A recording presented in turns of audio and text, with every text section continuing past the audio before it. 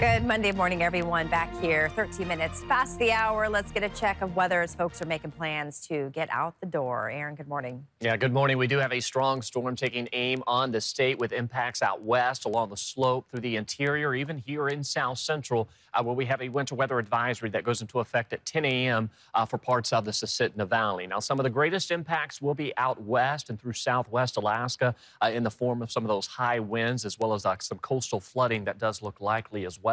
And that's due in large part to those strong southwesterly winds that will continue to lead to some of those rising waters. And then, of course, through the Brooks Range, we're also seeing the potential for up to 2 feet of snowfall looking possible.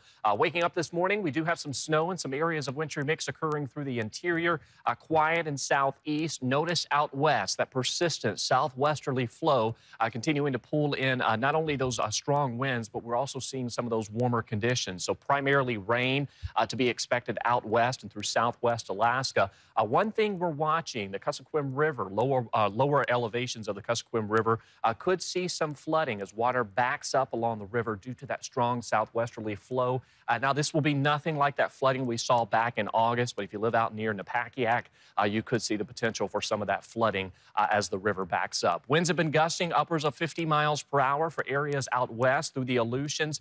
We've seen some gusts upwards of about 60 miles per hour as you head out towards Shemya. So be prepared for some of these strong winds to stay with us through the day. As you head north of the Seward Peninsula, there is the potential that we could see some winds gusting as high as 75 miles per hour later this afternoon. So south to southwesterly gusts to 75 miles per hour, primarily impacting western Alaska. And again, that coastal flooding, water 4 to 8 feet above high tide. And again, we are watching that flooding possible for parts of the Kuskokwim River. And of course, that snow, which will also build into parts of the interior. Some of the heaviest snow will occur through the Brooks Range and the Noatak Valley, where we could see anywhere from a foot to just over 2 feet of snow accumulation. So there's that area of low pressure. It's going to continue to slowly pull off to the east. But notice widespread rain, snow, and winds out ahead of that system. We're going to see, again, some of the greatest impacts along the Brooks Range with several inches of accumulation out through the interior. We could also see some areas of wintry mix and some light snow. And then for locations north of Talkeetna, there's the potential we could see anywhere from about 6 to 10 inches of snowfall into the night. So this system will stay with us into our Tuesday, gradually begin to taper off as we welcome in our Wednesday as we continue to see the system building off to the east. And then on the back side of it, as the system begins to, or the weather begins to calm down by the middle of the week, we're going to begin to tap into some colder conditions. Looking at that snow total forecast across the state, again, the western Brooks Range, or really